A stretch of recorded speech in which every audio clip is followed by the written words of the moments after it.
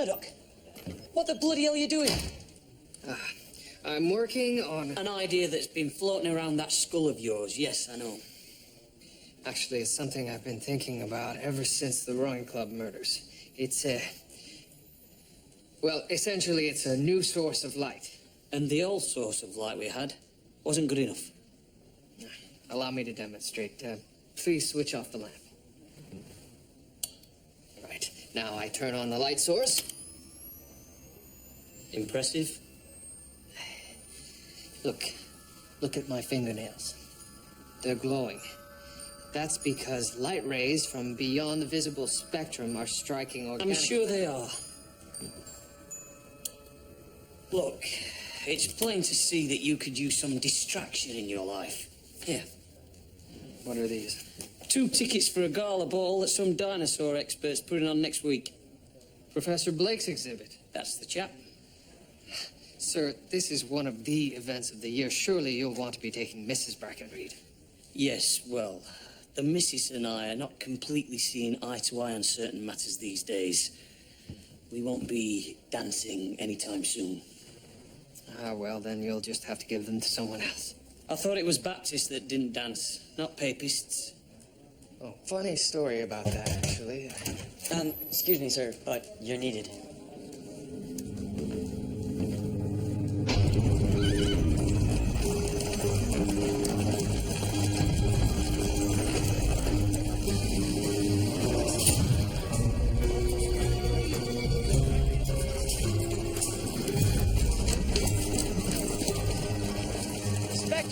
Detective! What's going on then, Crabtree? A young lad on his way fishing discovered it. Or discovered her, I should say. She's quite the sight to behold. Sight? What do you mean by that? Take a look for yourself, sir. Bloody hell, she's been gutted. Her name is Alberta Moffat. What do we know about her? Very little so far, sir. A previous arrest for prostitution. There's something else you should see just over here.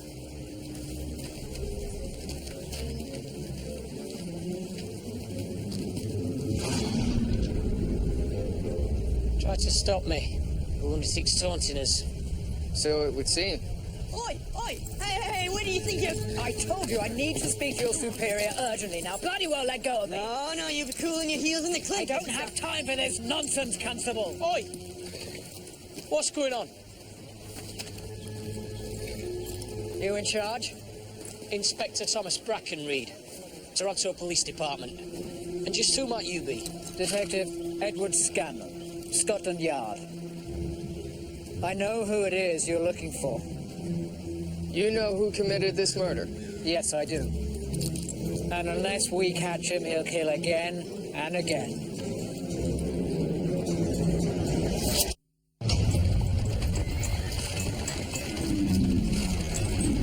His name is Harland Orgill, and don't let the looks deceive you. He's a maniac. And you've been pursuing Mr. Orgill for how long? 14 months, 3 weeks, and 4 days. Precisely. Yes, he was a suspect in a murder I was investigating in London. He fled to Cairo, and I followed his trail to Bombay and then to Auckland. Travelling the empire. Yes, and in every city he murdered, no, slaughtered 8 women. Always 8. Always. And every time he slipped through my fingers. What makes you think this Mr. Orgill is here? I found his rooming house in Auckland too late, but he'd left this behind. Canadian Women's Council celebrates anniversary. He hates women. He's killed 24 of them. Well, 25 now, with presumably 7 more to be killed in this city. If he's here at all. This is just a scrap of paper. A man matching Orgill's description took the steamer from Auckland to Vancouver. That was almost 4 months ago. 2 months at sea, give or take. Then he arrives at Vancouver, spends a week there. Takes the train here to Toronto, then has a month to prepare for his first murder? Here. Exactly. Now, I don't know for a fact that he took that train, but I do know what he does to his victims, and I can assure you he is here. Tell me, Inspector, did that girl's body remind you of something? Whitechapel, perhaps? Whitechapel. As in East End Whitechapel. Well, you must admit there are similarities. The wounds, the prostitute victim. Sir, are you saying this Orgil might be Jack the Ripper? Well, the Ripper was never caught. Mr. Scanlon, if you could just give Detective Murdoch and myself a minute. Yes, of course. Thank you.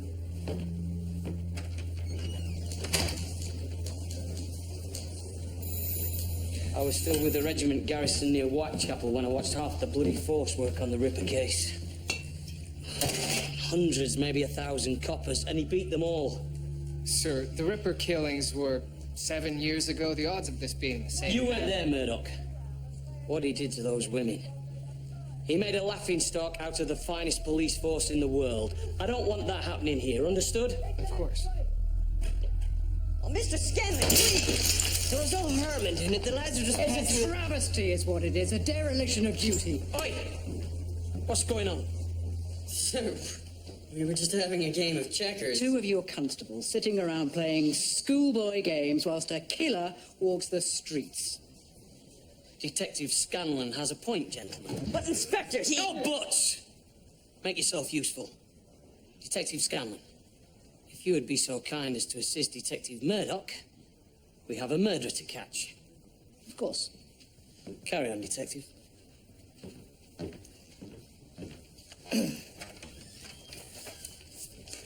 Right then. This is who we are looking for. Harlan Orgil. Recently arrived to Toronto by train sometime in the last month, so make Union Station your starting point and work your way out. Check hotels, rooming houses, anywhere he might be staying. He may need money, so he may be recently employed. Anything out of the usual is to be noted. Understood? Sir. Sir. Thank you. Detective, I believe post-mortem results await us. Very good.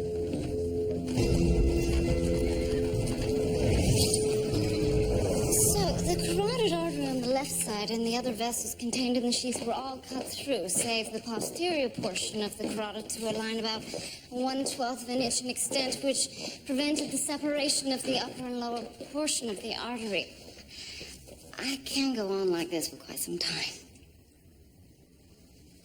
Any idea of the weapon used? Yes, a short knife, possibly something like a shoemaker's, while ground very sharp. And the shoulders? The collarbone, were they bruised? Bluish discoloration indicates the victim And the was... wounds were left to right? Yes. His technique. Always the same. Grabs them by the shoulders, holds them down, and cuts them. That's a plausible scenario. Plausible. I'm telling you, that's bloody well what happened. From Whitechapel to here. Exactly as the Ripper did them. There are similarities, striking ones, I'll admit, but I won't... What more do you need to know? It's not that I'm disagreeing with you, Detective, but these wounds could have been inflicted by anyone with rudimentary knowledge of butchery. I'm telling you, this is our killer. Detective Scanlon. A murderer kills unabated, and at every turn I am met with indifference. What in the world? Mr. Scanlon, your behavior is quite unacceptable. I will no longer stand by as you irrationally berate Dr. Ogden or my fellow officers. I believe an apology is in order. Yes, you're quite right. I don't know what came over me. Please accept my apologies, Doctor. Of course. Now, while my men search for the killer, might I suggest we follow up with the victim?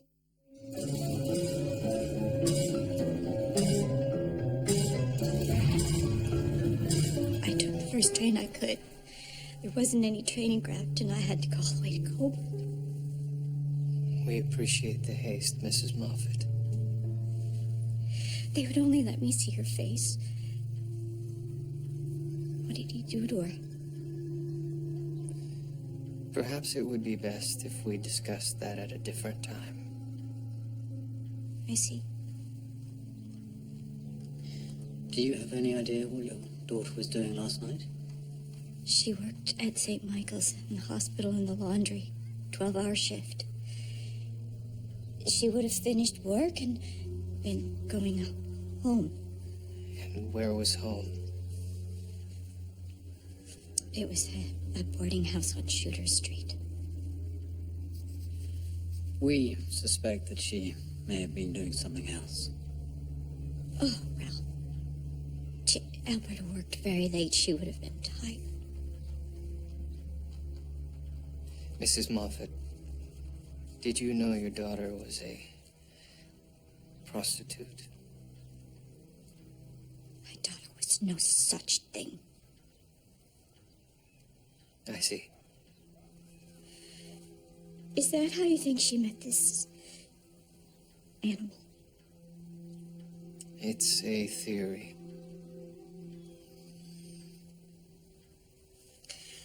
Malcolm, her father, he had consumption, and I couldn't put food on the table. And Alberta would help me out, if you know what I mean. I do. Those days were behind her. I am sure of it. Weren't they? I've met 24 mothers like her. 24. So I hope you see why sometimes I grow a little impatient. I do.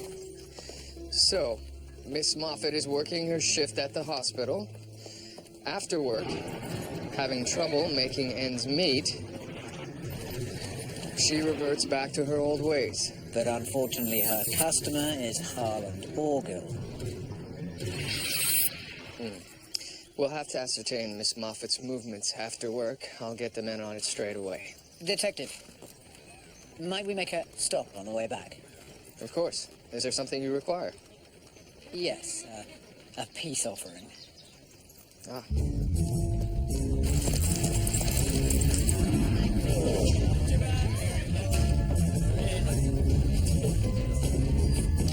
Any progress, George? Nothing so far, I'm afraid, sir. There's something else I'll need you to do. I'll need you to look into our victim's final hours, starting at St. Michael's Hospital. Right away, sir. Hard at it, are we, lads? Yes, sir. Look, about earlier, I'd like to make amends. That's not necessary, sir. Your point was well taken. No, please, I insist.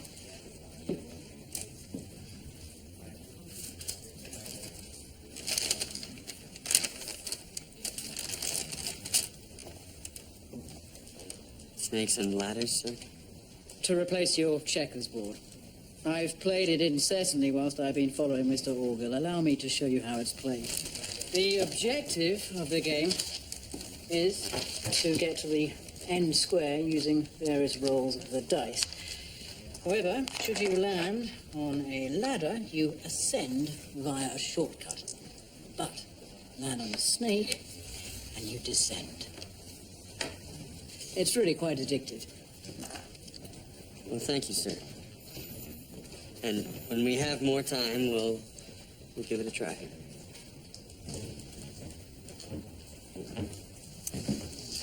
Well done, sir.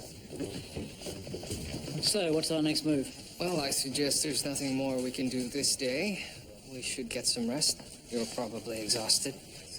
Yes, I am. Well, good night. Oh, Detective Scanlon. We will catch this man. Of course we will.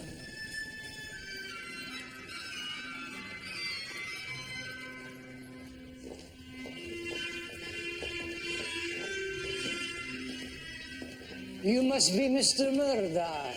That's correct. Welcome. I'm Professor Otranto, and I will make you a dancer. Good. That is what you want, is it not?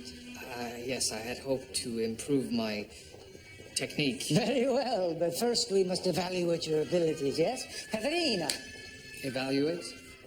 assume the position, sir. What position would that be?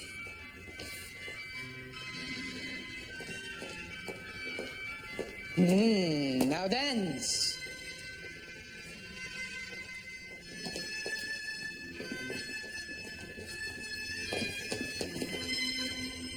Oh, there isn't much work to be done here.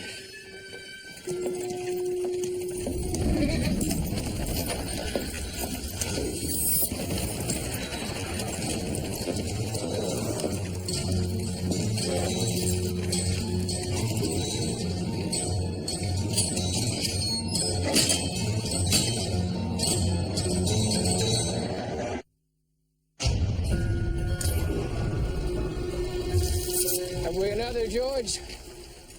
It would seem so, sir. Has Detective Scanlon been informed? Actually, he's here. He was at the station when word came in.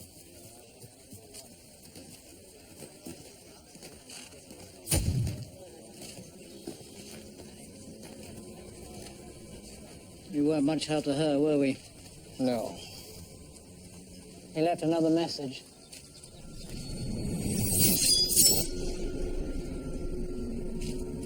Sir? Sirs, Yes. we canvassed the area for witnesses. One woman who was up nursing her child saw a carriage wheel pass late in the night. That doesn't seem unusual. Well, we were asked to keep in mind for something out of the ordinary, sir, and this carriage happened to match the description of one reported stolen the day of the first murder. Far too much of a coincidence to be ignored. Indeed. Very good work, Constable. Thank you, sir. What's the girl's name? Gloria Abercrombie. How old? 19, recently moved here from Aurelia. And she ends up getting slaughtered like the other. The wounds were similar, however, the circumstances were different. There's no indication Miss Abercrombie was a prostitute. No?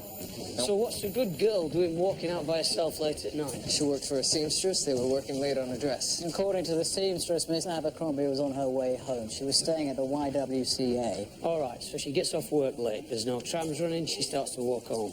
Orgill is on the prowl in the stolen carriage. He spots the victim. This is where I begin to have difficulty. Why choose Miss Abercrombie if she wasn't a prostitute? Mistaken identity and poor luck. Well, even so, why would she get into a carriage with a complete stranger? Oh, maybe he enticed her. More likely she was forced into the carriage. Yet no one heard or saw a thing. Well, the Ripper managed to vivisect 5 women in the heart of London, and no one saw or heard him. Regardless, we do have a concrete clue.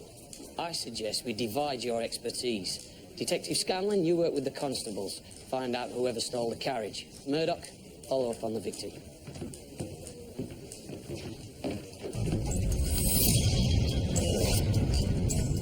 She was a seamstress. Yes, puncture marks. She was a hard worker. Any indication she might have also been a prostitute? No, her hymen was intact. Oh, I see. You seem troubled, William. This is a dreadful case. Yes, quite. There are a number of details that are troubling me about this case. Such as? With the nature of this wound, Doctor, would the killer not have been covered in blood? Not necessarily. The commencement of the wound and injury would have been away from him, and therefore the stream of blood, and it would have been a stream, would also have been away from him. Which is another matter. There was no blood to speak of where either victim was found. Yes, it suggests they were killed elsewhere and then moved. I wish I could better understand the mind that did this. A colleague mentioned a young alienist, a Dr. Roberts, who was recently removed from his position at the provincial lunatic asylum. Removed? Yes, apparently his research on the workings of the criminal mind ruffled too many feathers. However, he's supposed to be quite forward-thinking. Perhaps he could be of assistance. Any idea where I might find this Dr. Roberts? My understanding is he's practicing at a private hospital in Etobicoke. Ah, thank you. My pleasure. Julia, I've recently obtained tickets to the upcoming dinosaur ball. And I wondered if you might be interested in attending. Yes, of course. That would be most delightful. Very good.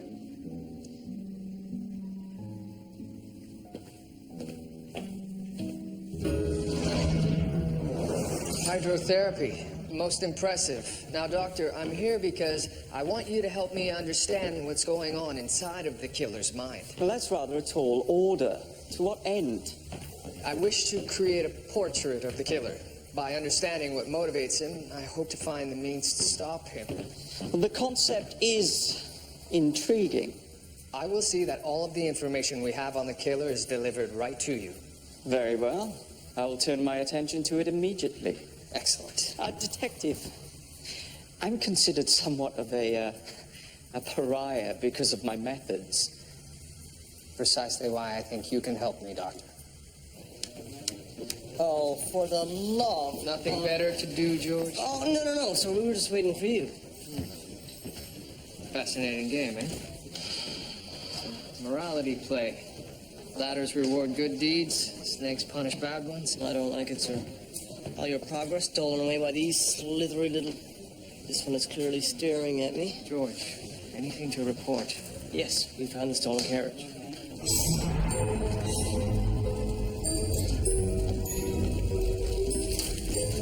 And it hasn't been touched? No, sir.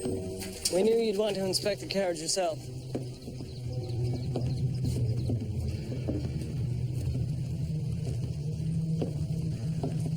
Your constables were adamant that I should wait for you before inspecting the carriage.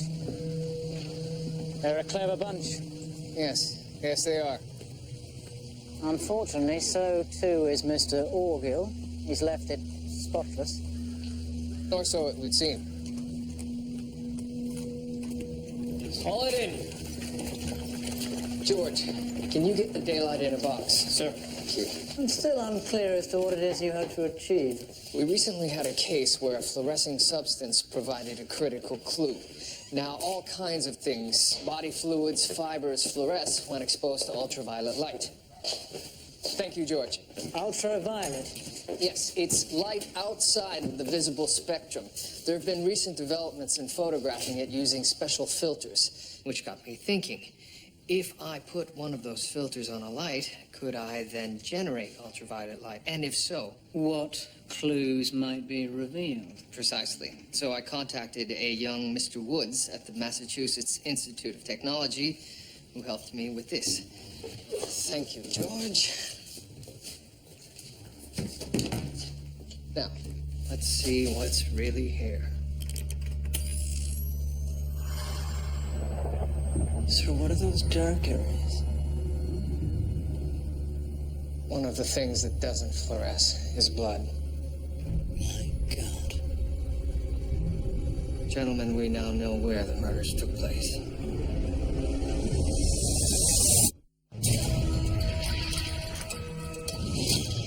We now know conclusively that whoever stole that carriage is our killer. Alberta Moffat finishes her shift at the hospital, makes her way home to her boarding house on Shooter Street. Gloria Abercrombie finishes at the seamstresses and makes her way to her lodgings at the YWCA. Look, forget the maps. What I want to know is why two young women would let themselves get talked into a carriage by a complete stranger who then murders them. We have a good reason for Miss Moffat, but not for Miss Abercrombie. Inspector, do you remember back in Whitechapel there was talk? There was lots of talk. I mean that the Ripper was someone respected, someone that a girl could trust. Gull, Go. the royal surgeon. Rumour had it that he might have been cleaning up after Eddie. Prince Albert frequented the Doxies, and there was talk that there were a few heirs to the throne with less than royal bloodlines. Are you saying this Gull could have... Not Gull. The old codger died from a stroke years ago. But someone like a doctor, they suspected a Canadian too. Dr. Thomas Cream, but he was executed. Yes. The point is that the victims got into the carriage of a respectable-looking man. My question is, why these two women?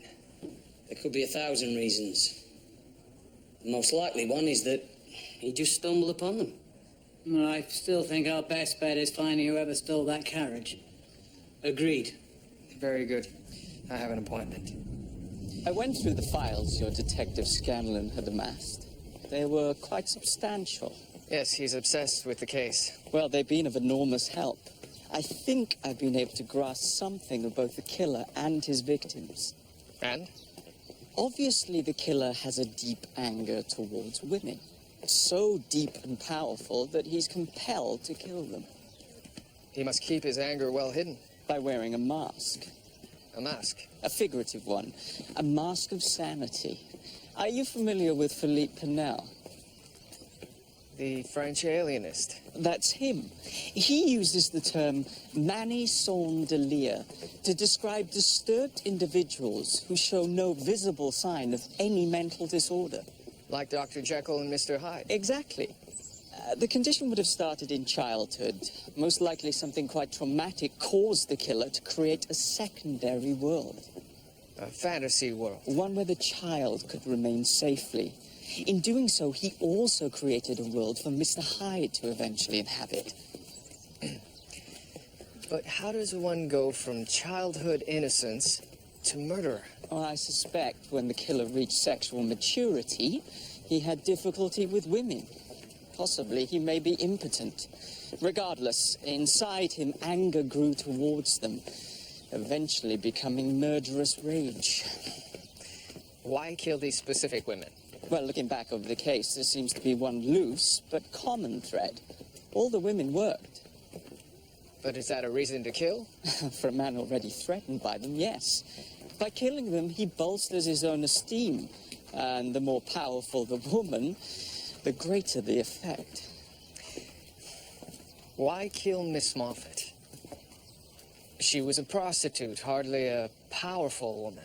I'm afraid that's one of a number of things I can't answer. I have no idea why he strikes 8 times, but the number is clearly of significance to him. I've been thinking about the message he leaves at the scene. Tried to stop me? Yes. Could it be a plea for help, rather than a taunt, something from the Dr. Jekyll side of his mind? Wanting the Mr. Hyde side of him stopped. It's very possible. Well, that's my report, such as it is. I wish I could have been of more help. On the contrary, it could prove quite useful. What use is this supposed to be? It's a description of what... Might motivate the killer. Well, that's bloody obvious, but how does it help us? Sir, I understand it's not a tangible clue, however... Well, that's an understatement. Inspector, if I might, I'm not much for these modern techniques either, but for the first time, I feel as if I can really understand Orgill. Seems to me like we're just clutching at straws. We are, but we now know more about the sort of man that we're looking for. Angry, sexually deviant. Point taken. All right, Murdoch, get the men to round up suspects who fit this portrait. Yes, sir. Mr. Scanlon, fancy a drink? Yes, I think I could do with one, thank you. I thought you might. Murdoch, I don't suppose... I'm afraid I'm already late for a previous engagement.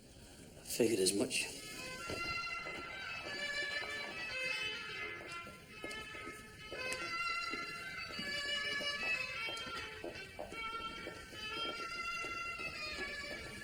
Detective. Sorry I'm late, Professor. No time for excuses, good sir. There is one partner left. A new student. Katerina!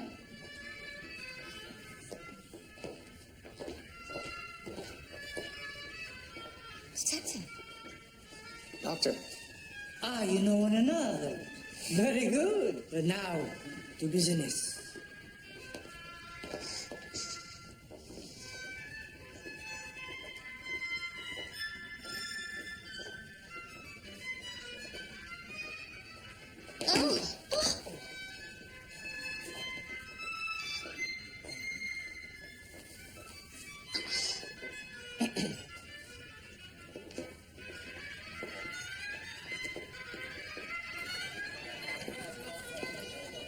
So where are you from? Sevenoaks. Cheers. You? Doncaster. Do you miss the old country? Certain days. My parents, my brother. What about yourself? I have a sister. We never knew our mother. What about your father? He was never the same after Crimea. Took his own life. It's a bloody, savage war. Yes, it was. And you served as well? Afghan. That was a mistake. Most of my regiment were wiped out. Sorry to hear that. Yeah, I've had my fill of war. Went to the yard after I got back. Wasn't much better there. No? Whitechapel. The Ripper.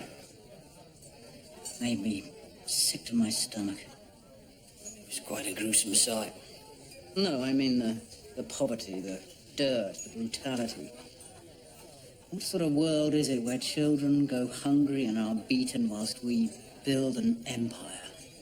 I suppose we're just trying to do the best we can. You know Orgill. There'll be more like him. Killers who kill for no reason. I hope you're mistaken, Edward. No, they're coming. We make them. That's why men like you and I are here, to try and stop them. No, it shouldn't be this way. No, it shouldn't, but it is. Rule Britannia. God save the Queen.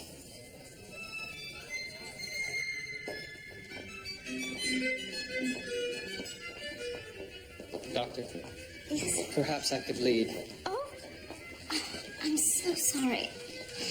It's a good thing we both decided to brush up. Yes, well, I had hoped to impress you, not cripple you.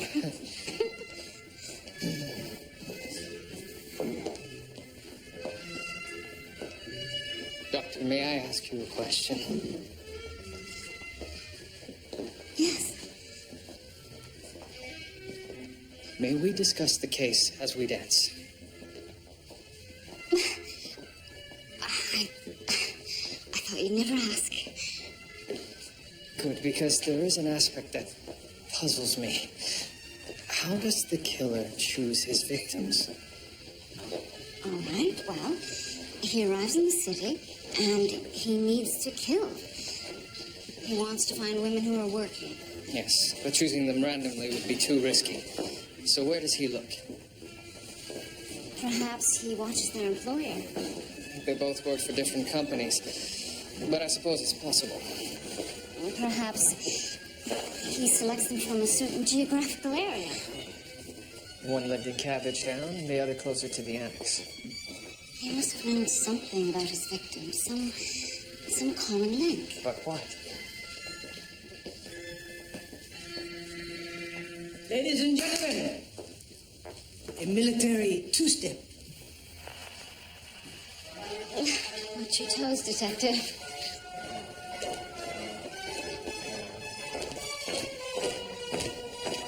Ah, Murdoch. While you've been fannying around, there's been a development. Fannying, sir? He goes by the name Maurice Bailey. He was caught spying on a girl in Winchester last night. Turns out the room he was boarding in was filled with women's underwear. Then how do we know he's our man? He also works in the slaughter yard, so he knows his way around a knife. He's British and he arrived from Vancouver 3 weeks ago. I'd say he's an excellent suspect. Let us see. Be my guest. Mr. Bailey, my name is Detective William Murdoch. Look, that woman left her window wide open, fairly asking for any man to look at her. I see. I understand you recently arrived to the city. Where from? What has that got to do with Now, anything? please, just answer the question. Vancouver.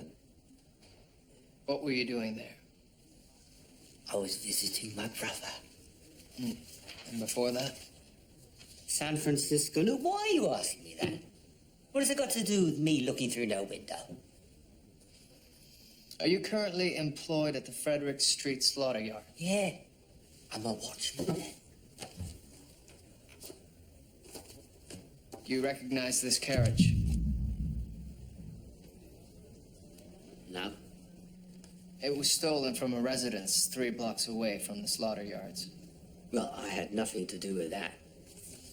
Do you recognize this woman? No? This woman? Say, wait a minute. Yeah. These are the two women I saw their pictures on the front of the paper. These are the two women that were murdered.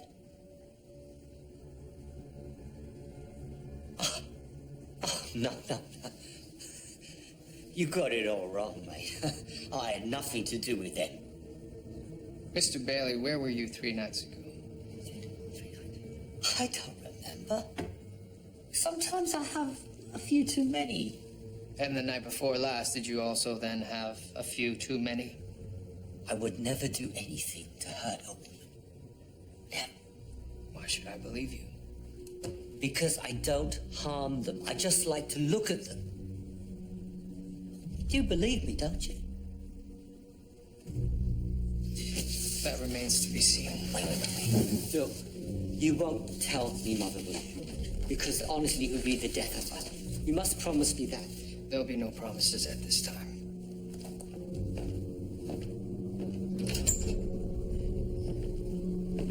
Gentlemen.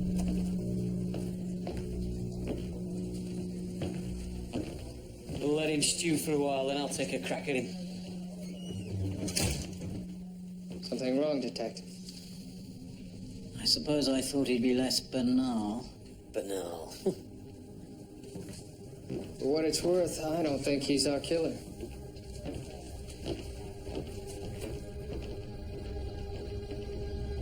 What do you mean he's not our killer? He didn't have the motivation.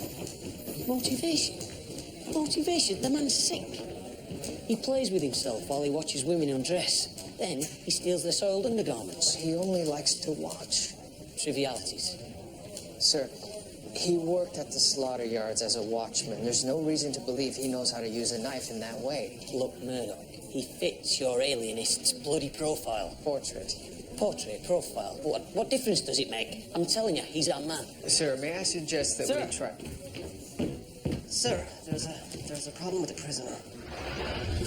You will be letting me go, or your boy here gets it. It's no use, Mr. Bailey. I am not hanging over those whores. You'll not get out of here alive, Orgel. My name is Bailey, and if I'm not getting out of here alive, then neither is this one.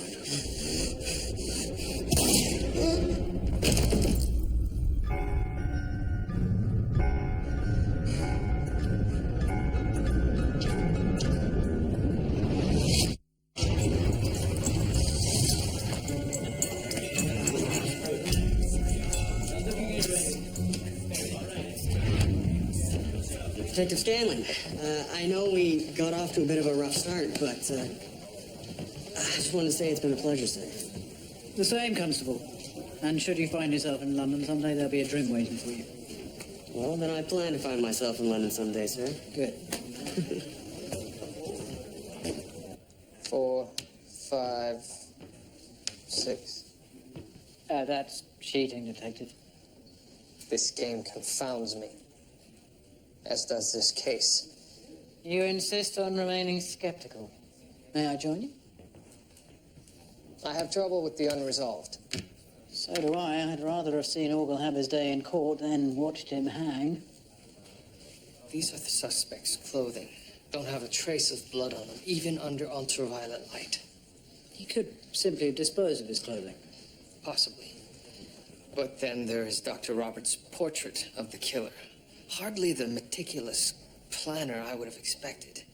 And then there's the method of sexual gratification. True, he was an observer and an onanist, but that doesn't rule him out from being a murderer also. So you truly suspect the killer remains at large? I do. And I believe the secret to catching him is finding the connection between the two victims. Connection in no way precludes Mr. Orgel and Mr. Bailey being one and the same. You must admit that is a very real possibility. I'll concede that. Regardless of what we might think, Scotland Yard considers the case closed. Well, I really must be off, but just one last throw. 1, 2, 3. Ah! Curse my luck, Detective. Oh, there is one other thing that occurs to me. If there is a connection, might it have something to do with the fact that neither woman was from Toronto? You have a point. I shall follow up, Detective. Goodbye, Detective Murdoch. Goodbye, Detective Scanlon.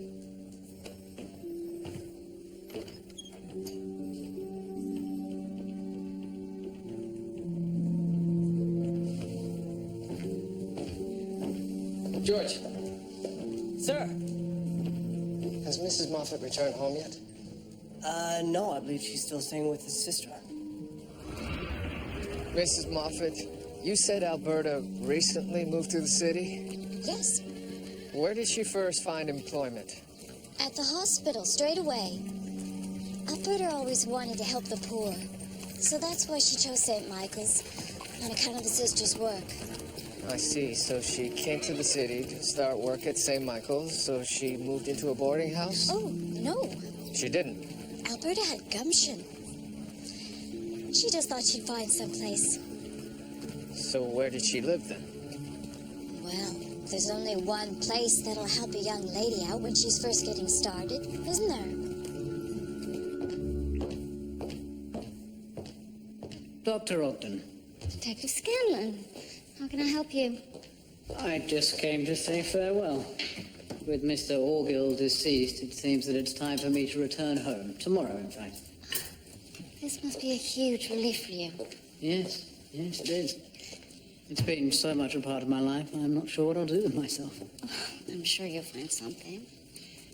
I'd like to apologize again for my behavior. If you would, I'd very much like to make it up to you. Really, that's not necessary. No, please. Allow me to take you to dinner. Oh, well, I would like that very much. But unfortunately, I have a lot of work ahead of me this evening. I understand. It's been a pleasure, Dr. Ogden. Hopefully we'll have the opportunity to meet again under better circumstances. I hope so, too.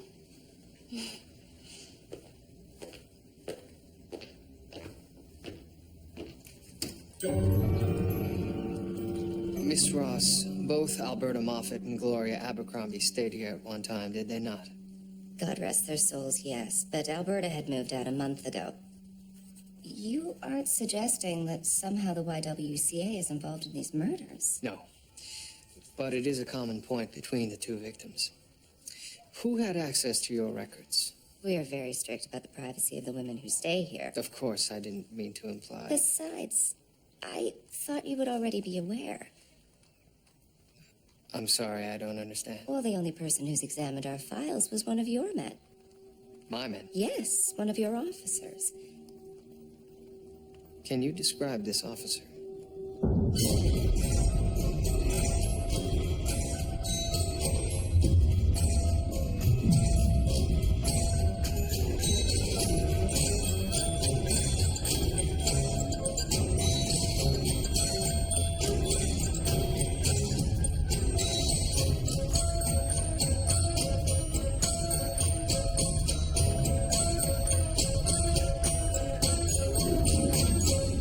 So the killer impersonates a copper, goes to the YWCA, supposedly investigating a deviant loose in the area. Yes. And in doing so, he acquires a list of young women and where they worked. The victims. Do we have a description of the suspect? Yes. And I also have one of his finger marks. Finger mark from where? It was left behind in the carriage by the killer. How do we know it's the killer's? Because it matches one left behind on the Snakes and Ladders board. But only our officers have touched that game. Precisely. The killer isn't impersonating a police officer. He's one of ours. Who? Because I'll personally put the bloody noose around his neck. Edward Scanlon. Scanlon, are you sure? Sir, he left a finger mark on the carriage, yet told me the men never allowed him access. Plus, it would explain some things. Imagine, the carriage pulls alongside a young woman. Scanlon shows his badge. She jumps in. Bloody hell, we've let him slip through our fingers. I don't think he's gone far, sir. He always strikes 8 times. That leaves him with a fair bit of unfinished business.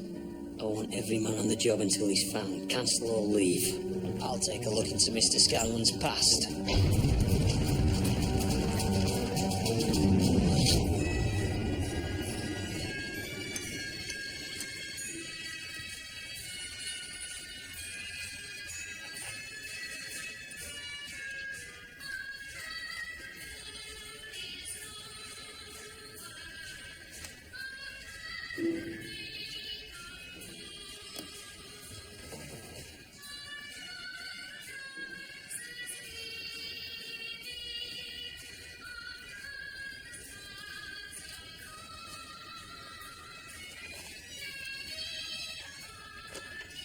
Just received a telegram from Scotland Yard. It seems there was a detective, Edward Scanlon, and he was tracking a suspected killer named Harlan Orgill. Was? He was found murdered in a hotel room in Cairo. So Orgill kills Scanlon and assumes his persona. Sir, I was just by Scanlon's hotel. He checked out about an hour ago. Bloody hell. Well, he may not have gone far. The doorman seemed to think he was sick. Sick? Said something about paying a visit to a doctor. A murderer kills unabated, and at every turn I am met with impudence. If all the women worked. It's not that I'm disagreeing with you, Detective. Dr. Ogden. A working woman. Come on, move it.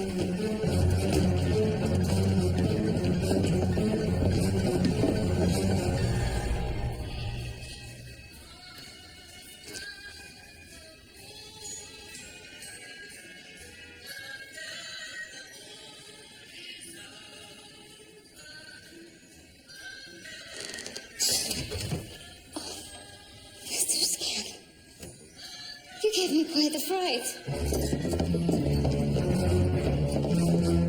Did I?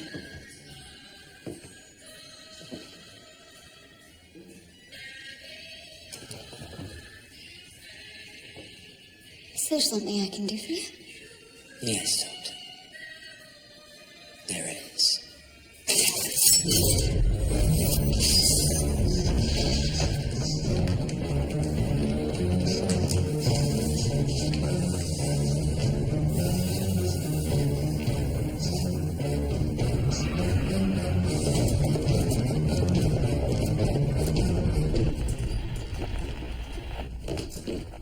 Dr. Ogden, are you here?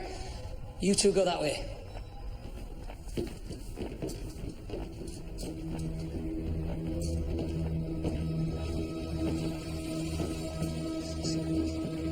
Julia. Julia, are you all right? Murdoch. Crabtree.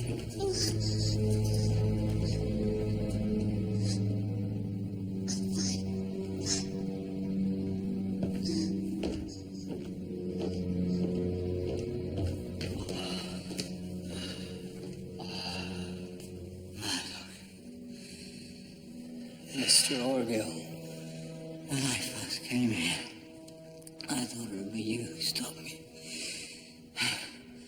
I was wrong. Tell Dr. Ogden.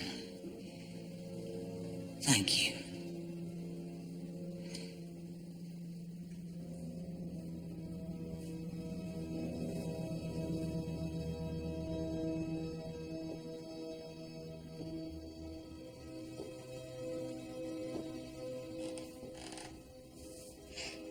Julia.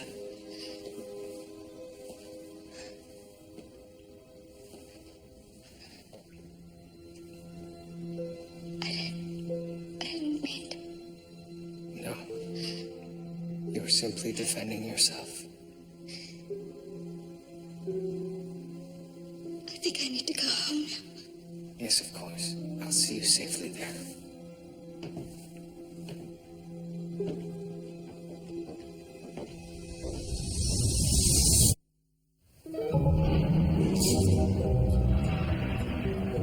I know this sounds ghoulish, but part of me wishes that Orgill had survived. At least long enough for me to have spoken with him. Yes, there was much to learn from him. Do you think? I do. Well, our experiment didn't really exactly help solve the case, did it? I'm not sure about that. It proved quite accurate in many ways. Oh? As we discussed, the Dr. Jekyll portion of his mind did want to be caught. He provided me with the YWCA clue. He really was saying, try to stop me. Yes. And the number 8, do you have any ideas as to its importance? My only thought is that there were 8 snakes on the Snakes and Ladders board. 8 sins. 8 women to be punished. What those sins were, I guess we'll never know. Perhaps their origins lie in his childhood, as you speculated. Or perhaps he was literally just playing a game. Well, thank you, Dr. Roberts. I hope never to have to call on you in a professional capacity again, but I suspect there will be reason. Anytime, Detective.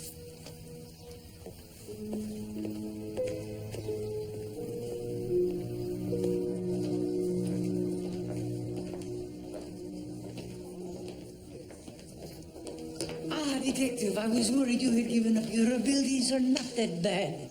I appreciate your faith, Professor. And I appreciate the challenge. And your partner, Dr. Ogden. We had an incident at work. I'm afraid she won't be making it tonight. In fact, she may not be here for some time. I think you're mistaken. Ladies and gentlemen, let us begin with the waltz.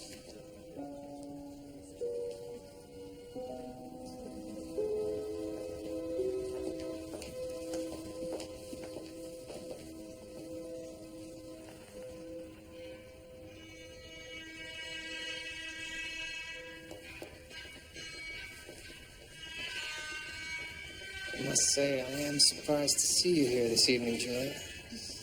Yes, well, I just thought tonight, more than any night, I would very much like to be held.